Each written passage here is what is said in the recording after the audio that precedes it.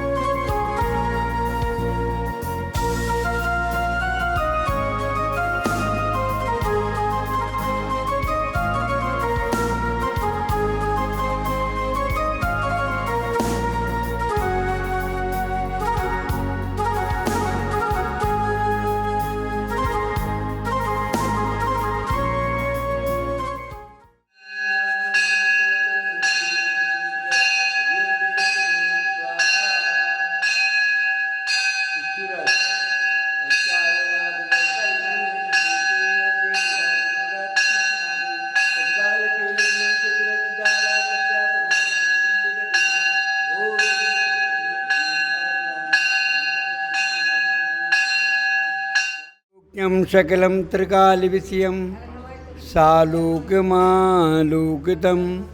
साक्षाध्येन यथा स्वयं करतले रेखात्रयं शाङ्गुली रागद्वेषभयामयन्तकजरा लोलत्तलोभादयो नालं यद्पदलङ्घनाय समः देवो मया वन्दिते देवो मया वंदिते। बोलिए अनंत अनंत सिद्ध परमेष्ठी भगवान की जय। परम पूज्य मुनि कुंजर आचार्य श्री आदि सागर जी मुनि महाराज की जय। परम पूज्य तपस्वी सम्राट गुरुदेव आचार्य श्री सन्मत सागर जी मुनि महाराज की जय। अहिंसामय वीतराग धर्म की जय।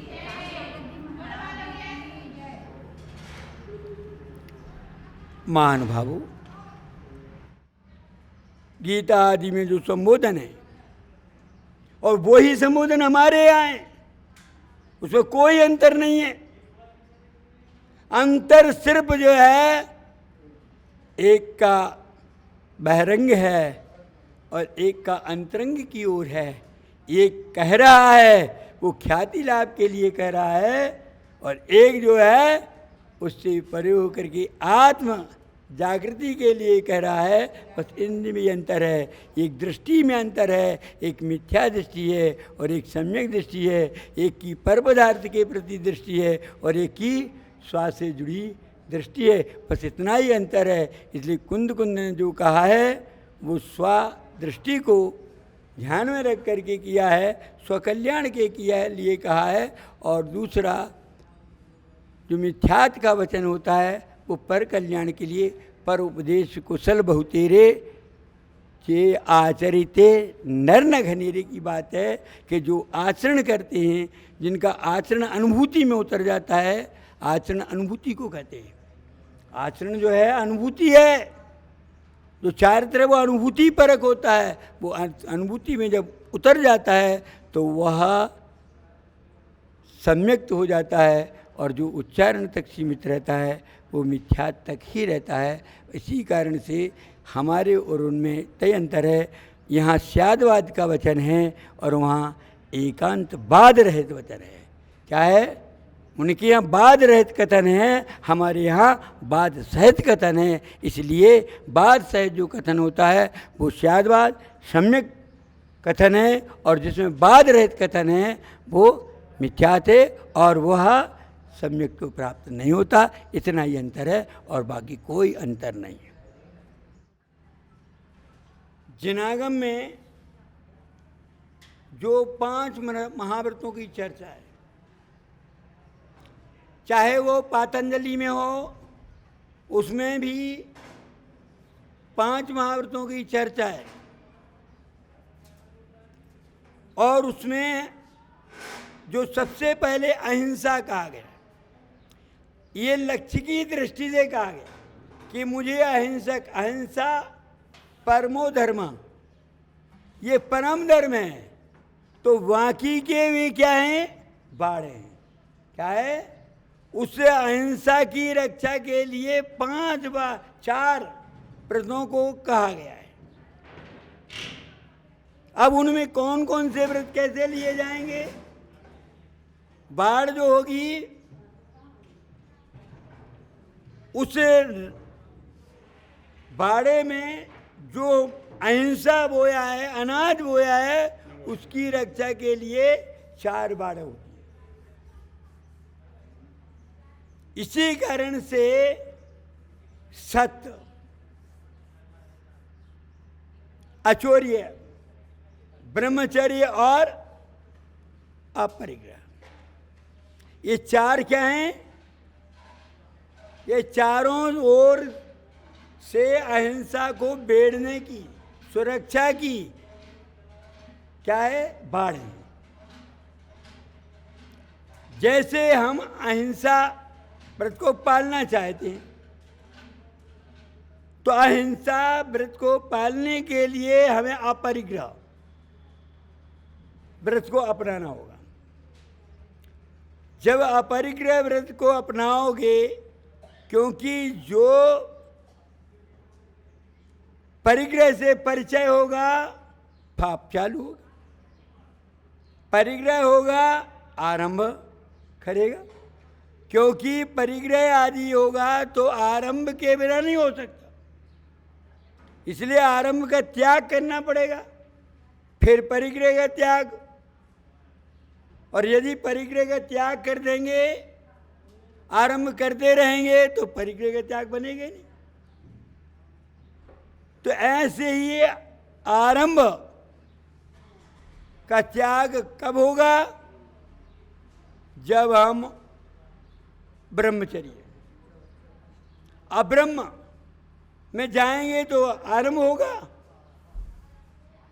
और अगर हम अब्रह्म में नहीं जाना चाहते हैं, तो फिर आरंभ का त्याग होगा। तो जो अहिंसा व्रत है, उसके लिए अपरिग्रह को पहले लिया है। और अपरिग्रह को अगर हमें रखना है, तो उसके लिए हमें क्या करना पड़ेगा? हमें ब्रह्मचर्य का पालन करना होगा। और ब्रह्मचर्य में रहना है तो हमें अचौर्यवान होना पड़ेगा। हमें परवस्तु के प्रति मोहित नहीं होना होगा। अगर हम परवस्तु के प्रति मोहित होते हैं, तो हम ब्रह्मचर्य नहीं रह सकते। और ब्रह्मचर्य नहीं रह सकेंगे तो परिग्रह संशय होएगा। और उसके अचौरी व्रत है, परवस्तु से मोह छोड़ना है, तो सत्य को पहचानना होगा। सत्य क्या है ये जानोगे नहीं, तब तक तुम अपरिग्रह कैसे हो सकते हो सकते क्या? हम सत्य को जाने, सत्य बोले के लिए सत्य को जाने। सत्य महाव्रत ये है कि हम सत्य को जाने कि सत्य क्या है। क्योंकि जिह्वा से बोलने की बात हमारे आचार्य सत्य व्रत कहा उन्होंने। सत्य पर यानी स्थिर होना, ब्रेक लगाना है। जो असत्य व्रत है, असत्य जो अव्रत है, उसको रोकना है। यानी कि वो व्यक्ति अहिंसक हो सकता है जो सत्य को स्वीकार करेगा कि अब सत्य क्या है। तो सत्य जो है, जैसे जो वस्तु जैसी है वैसी, जीव का जो स्वभाव है, जीव का स्वभाव समझे। पुद्गल का स्वभाव जो है उसको समझे,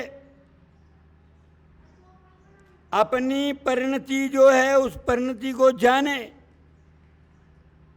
आज हमारी परिणति अगर बहिरंग हो रही है तो इसको जाने, तब हम सत्य में जाएंगे।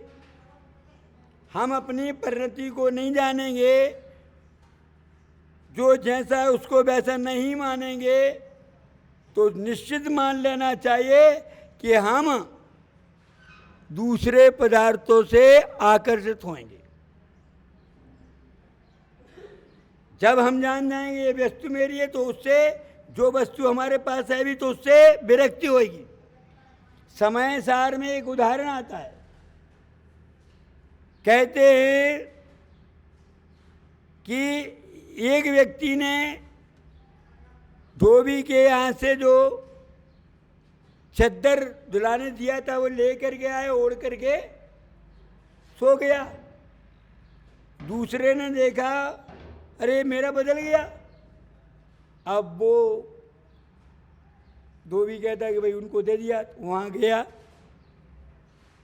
उन्होंने कहा ये चद्दर हमारा है। कैसे? वो लड़ने को तैयार हो गया। वो बोलते कैसे तुम्हारा है? हमारा है। देखने में एक से है, लेकिन जब उसकी पहचान बता दी कि भैया मेरे चद्दर में स्वस्तिक का निशान बना है,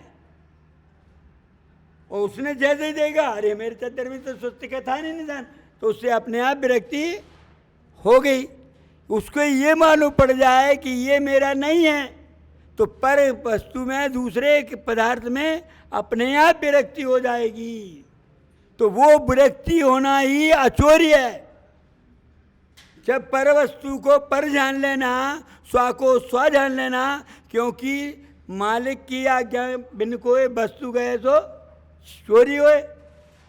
तो चोरी वो है कि जब पर वस्तु को स्वीकार करना।